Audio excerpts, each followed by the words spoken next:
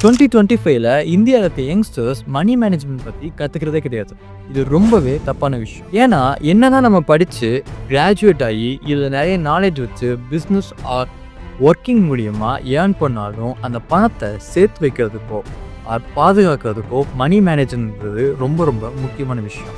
இந்த சேனலுக்கு நீங்கள் புதுசாக வரீங்கன்னா, என் பேர் கௌஷிக். நான் தப்பு பண்ணி கற்றுக்கிட்ட விஷயத்த இந்த சேனலில் வீடியோவை போஸ்ட் பண்ணுறேன். நீங்களும் இந்த கம்யூனிட்டியில் ஜாயின் பண்ணணும்னு வச்சிங்கன்னா இப்போவே சப்ஸ்கிரைப் பண்ணி வச்சுக்கோங்க. கூடவே இருக்க பெல் நோட்டிஃபிகேஷனை கிளிக் பண்ணி வச்சுக்கோங்க. இந்த வீடியோவில் இந்தியன் யங்ஸ்டர்ஸ் பண்ணுற 4 மணி மேனேஜ்மெண்ட் மிஸ்டேக்கை பற்றி பேசியிருக்காங்க. இந்த மிஸ்டேக்கில் ஏதாச்சும் ஒன்று நீங்கள் பண்ணிகிட்டு இருந்தீங்கன்னா அதை இப்போவே ஸ்டாப் பண்ணிக்கோங்க. இல்லைனா இந்த மிஸ்டேக் பண்ணுற உங்களோட ஃப்ரெண்டுக்கு இந்த வீடியோவை ஷேர் பண்ணி விட்ருங்க. இந்த வீடியோவை ஃபுல்லாக பாருங்கள். உங்களுக்கு பிடிச்சிருந்துச்சுன்னா லைக் பண்ணிக்கோங்க. ஓகே, நிறைய பேசாமல் வீடியோவுக்கு போயிடலாம். நீங்கள் இந்தியாவோட டாப் 1% வரணும்னு நினச்சிங்கன்னா அப்போ உங்களோட நெட்ஒர்க் 1 crore மேலே இருக்கும். பட் 80% ஆஃப் யங்ஸ்டர்ஸ் இன்றைக்கி அவங்களோட சம்பள பணத்தை மொதல் 5 நாளைக்குள்ளே செலவு பண்ணிடுறாங்க. மீதி இருக்கவங்க 15 டேஸ்க்குள்ளே செலவு பண்ணி முடிச்சிடுறாங்க. மந்தில் மீதி இருக்க 15 டேஸ் கடனோட தான் வாழ்கிறாங்க. நம்ம பேச போகிறது இந்த 99% ஆஃப் யங்ஸ்டர்ஸை பற்றி கிடையாது. மீதி இருக்க 1%, அதாவது இந்த வீடியோ பார்க்க நீங்கள். இப்படி அவங்களோட பணத்தை மொதல் 15 நாளைக்குள்ளே செலவு பண்ணுறதுனால அவங்களால லைஃப் லாங் சேர்த்து வச்சாலும் கூட 1.5 crore மேலே சேர்த்து வைக்க முடியாது. இதை மந்த்லி டிவைட் பண்ணோம்னா 10,000 ரூபாய் கூட சேர்த்து வைக்க முடியாது. இதெல்லாம் ஸ்டார்ட் ஆகிற ப்ரைஸ் எதுனா ஷோ ஆஃப். நம்ம காலேஜ் டைமில் இருந்தே நம்ம ஃப்ரெண்ட்ஸுக்கு முன்னாடி ஷோ ஆஃப் பண்ணுங்கிறதுக்காக நிறைய விஷயத்த பை பண்ணியிருப்போம். அது எல்லாத்துலேயும் இன்வெஸ்ட் பண்ணியிருப்போம். அதாவது ஒரு ஃபோனாக இருக்கட்டும், ஒரு ஐஃபோனாக இருக்கட்டும், இல்லை ஒரு பைக்காக இருக்கட்டும், ஒரு காராக இருக்கட்டும், இந்த மாதிரி நிறைய விஷயத்தில் இன்வெஸ்ட் பண்ணியிருப்போம். அது எதுவுமே இன்வெஸ்ட்மெண்ட் கிடையாது. அது எல்லாமே ஒரு பெரிய லைபிலிட்டி. இது எல்லாமே ஒரு சர்டன் டைமுக்கு மேலே நம்மளுக்கு ஒரு நீடாக மாதிரி இருக்கும். அதாவது இது இல்லாமல் இனிமேல் இருக்கவே முடியாது அப்படிங்கிற ஒரு சுச்சுவேஷனுக்கு போயிருப்போம். இதுதான் ரொம்ப க்ரூஷியலான டைம். இந்த டைம் நம்மளை ப்ரொக்ராஸ்டினேஷனுங்கிற ஒரு மோசமான பழக்கத்துக்குள்ளே கொண்டு போகுது. நான் இந்த மந்த் சேலரி வாங்குறேன், இப்போ நம்ம செலவு பண்ணுவோம், நெக்ஸ்ட் மந்த்லேருந்து சேவ் பண்ணுவோம், இப்படி நெக்ஸ்ட் மந்த்னு நிறைய நெக்ஸ்ட் மந்த் தான் போதுமே தவிர சேவிங்ஸ் ஒன்றுமே இருக்காது. இதுதான் ப்ரொக்ராஸ்டினேஷன். இந்த ப்ரொக்ராஸ்டினேஷனை பற்றி உங்களுக்கு தெரியலன்னா இதை பற்றி நான் டீட்டெயில்டாக ஒரு வீடியோ போட்டிருக்கேன். அதை டிஸ்கிரிப்ஷனில் லிங்க் தரேன், கண்டிப்பாக செக் பண்ணி பாருங்கள். ப்ரொக்ராஸ்டினேஷனால் இந்த மந்த் செலவு பண்ணுவோம், அடுத்த மந்த்லேருந்து சேவ் பண்ணுவோம் அப்படிங்கிற பழக்கம் ரொம்ப நாள் போய்கிட்டே இருக்கும். இப்படியே போய்கிட்டே இருக்கிறப்ப நம்ம கையில் இருக்க பணம் குறைஞ்சிக்கிட்டே இருக்கும். பட் நம்மளோட நீட்ஸ், உண்மையான நீட்ஸுங்கிறது அப்படியே தான் இருக்கும். ஸோ நம்ம கையில் இருக்க பணம் குறைஞ்சிக்கிட்டே இருக்குது, பட் நம்மளுக்கு உண்மையிலே தேவையான விஷயங்கள் அப்படியே இருக்குது. அப்படிங்கிறப்ப நம்ம லோனுங்கிற ஒரு ட்ராப்புக்குள்ளே போய் மாட்டிப்போம் நம்மளோட 20ஸ்லேயே. ஸோ எப்போ நம்ம லோனுங்கிற ட்ராப்புக்குள்ளே மாட்டுறோமோ இனிமேல் நம்மளால் கண்டிப்பாக சேவ் பண்ணவே முடியாது. அப்படிங்கிறப்ப நம்ம இன்ஃப்ளேஷனுங்கிற ஒரு பெரிய வலையில் சிக்கிப்போம். இந்தியாவில் எஜுகேஷனுக்கு almost 12% year on year inflation இருக்குது. 12%ங்கிறப்ப நம்ம இதே மாதிரி லோன் மேலே லோன் வாங்கிட்டே இருந்தோம்னா எஜுகேஷனை கூட அஃபோர்ட் பண்ண முடியாமல் போயிடும். இந்த 2025ல இந்தியாவில் நிறைய பீப்புள் கிரெடிட் கார்டு யூஸ் பண்ண ஆரம்பிச்சிட்டாங்க. Amazon, Flipkart, Myntra, Zomato, Swiggy அப்படின்னு சொல்லி ஒவ்வொரு ஆன்லைன் இ-காமர்ஸ் ஆப்புக்கும் தனித்தனியாக கிரெடிட் கார்டு வச்சுருக்காங்க. இது இங்கே தப்பான்னு கேட்டால் தப்பு கிடையாது. ஆஸ் பர் டேட்டா 2024 ஆகஸ்ட் இந்தியாவோட மொத்த கிரெடிட் கார்டு டிரான்சாக்ஷனுங்கிறது கிட்டத்தட்ட 1.5 lakh crores. இது ஒரு ஹியூஜ் நம்பர், கரெக்டாக. பட் இது தப்பான்னு கேட்டால் இதுவுமே தப்பு கிடையாது. இது எல்லாமே ஃபைன் தான். அதே நேரத்தில் கிட்டத்தட்ட 4400 கோடி டிஃபால்ட் அமௌண்ட்டாக இருக்குது. 4400 கோடிங்கிறது ஆப்பிரிக்காவில் இருக்க நிறைய நாட்டோட ஜிடிபியை விட அதிகம். இந்த டிஃபால்ட் அமௌண்ட்னா என்னென்னா ரீபே பண்ணாமல் விட்டால், அதாவது இந்த 4400 கோடியில் யார் யார் ஒரு சிங்கிள் ருப்பி கட்டணுமோ அவங்க எல்லாருமே கிரெடிட் கார்டோட வலையில மாட்டிட்டாங்கன்னு அர்த்தம். எல்லாத்தையும் தெரிஞ்சுக்கிறதுக்கு முன்னாடி கிரெடிட் கார்டு எப்படி ஒர்க் ஆகுது அப்படிங்கிறத தெரிஞ்சுக்கிறது ரொம்ப முக்கியமான விஷயம் இல்லை. கிரெடிட் கார்டு எப்படி ஒர்க் ஆகுதுன்னா, இப்போ எக்ஸாம்பிளுக்கு நான் ஒரு 10,000 எடுக்கிறதா வச்சுக்கலாம். கிரெடிட் கார்டில் இருந்து நான் ஒரு 10,000 எடுத்து அதை நான் செலவு பண்ணுறேன்.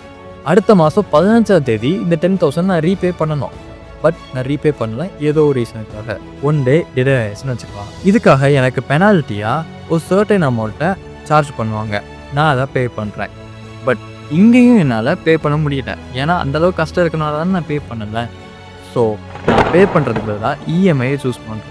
அதாவது நான் செலவு பண்ண அந்த 10,000 ப்ளஸ் ஃபைன் அமௌண்ட்டை நான் இஎம்ஐயாக பே பண்ண போகிறேன். இப்படி நான் இஎம்ஐயாக பே பண்ணி முடிக்கிறப்ப ஆல்மோஸ்ட் 12,000 rupees பே பண்ணியிருக்கேன். அதாவது நான் 10,000 ரூபாய் எடுத்ததுக்கு 12,000 ரூபாய் பே பண்ணியிருக்கேன். இந்த 2,000 ரூபாய் நம்மள நிறைய பேர்த்துக்கு பெரிய விஷயமாகவே தெரியாது. ஈவன் தோ எனக்குமே பெரிய விஷயமா தெரியுது. பட் இந்த 10,000 ரூபாயை நம்ம ஒரு எஃப்டியில் இன்வெஸ்ட் பண்ணோம் அப்படின்னா, ஃபிக்ஸ்டு டெபாசிட்டில் இன்வெஸ்ட் பண்ணோம் அப்படின்னா, நம்மளுக்கு 12,000 ரூபா கிடைக்கிறதுக்கு கிட்டத்தட்ட 2 வருஷம். 2 வருஷம் நம்ம வெயிட் பண்ணி வாங்க வேண்டிய பணத்தை நம்ம ஒரே மாதத்தில் கொடுக்க போகிறோம்.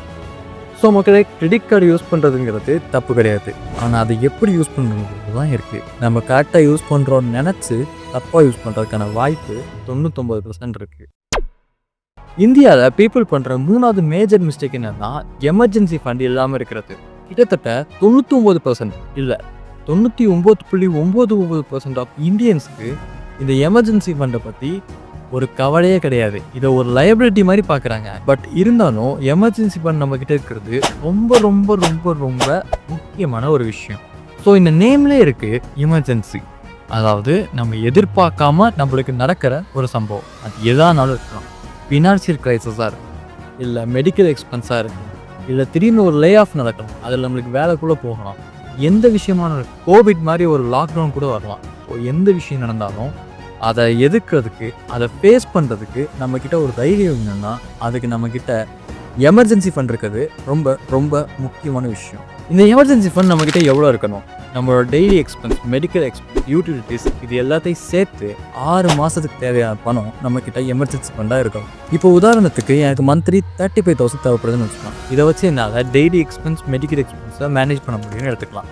இப்படி இருந்துச்சுன்னா இதை 6ஆல் மல்டிப்ளை பண்ணுறப்ப 1,75,000 வருது. இந்த 1,75,000 ருபீஸ் என்கிட்ட எமர்ஜென்சி ஃபண்டாக இருக்கும்.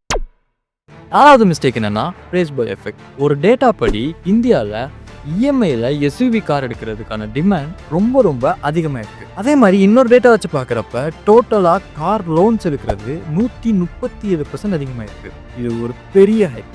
ஸோ இதுலேருந்து தெரிய வர்றது என்னன்னா, மக்கள் தன்னோட சம்பளத்தை மீறி, அதாவது தன்னோட ஏர்னிங்ஸை மீறி நிறைய செலவு பண்ணுறாங்க. ஷோ ஆஃப்காக நிறைய லோன்ஸ் அண்ட் இஎம்ஐஸ் வாங்குறாங்க. இதோட அப்கிரேடட் வேர்ஷன் தான் பிளேஸ்போ எஃபெக்ட். இந்த பிளேஸ்போ எஃபெக்ட் அப்படிங்கிறது என்னென்னா, நம்மளால ஒரு விஷயத்தை அஃபோர்ட் பண்ண முடியாது, அதாவது அது ரொம்ப பெரிய இடத்துல இருக்குது அப்படிங்கிறப்ப அதை விட்டுட்டு அடுத்த ஒரு பொருளை சூஸ் பண்ணுறது, அதாவது அடுத்த ஒரு லக்ஸூரியான ஐட்டத்தை சூஸ் பண்ணுறது. மக்கள் எல்லாருமே ஒரு கட்டம் வரைக்கும் அவன் ஷோ ஆஃப் பண்ணுறதுக்கு, தன்னோட பெரிய ஆளாக காட்டிக்கிறதுக்கு அவங்களோட உழைப்பை மீறி இஎம்ஐலையோ லோன்லையோ ஒரு வீடை வாங்கினாங்க.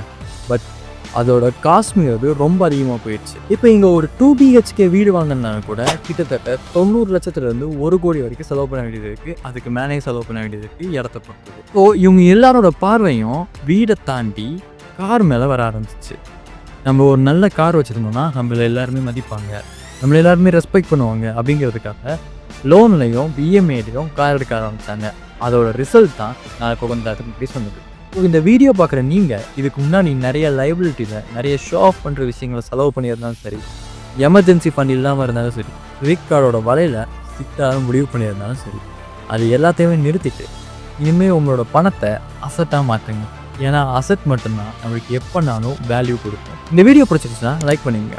இந்த வீடியோ உங்களுக்கு ஏதாச்சும் மாற்றிக்கணும், இல்லை இந்த கருத்து தப்பாக இருக்குது அப்படின்னு தோணுச்சுன்னா அதை கமெண்ட் செக்ஷன் சொல்லுங்கள். உங்களோட கமெண்ட்டுக்கு ரெஸ்பான்ஸை அடுத்தடுத்த வீடியோவில் பார்ப்பீங்க. உங்கள் ஃப்ரெண்ட் யாராச்சும் இதில் சொல்லியிருக்க மிஸ்டேக்கை பண்ணிட்டு இருந்தால் அவங்களுக்கு இந்த வீடியோவை ஷேர் பண்ணிவிடுங்க. தேங்க்ஸ் ஃபார் வாட்சிங். Bye guys.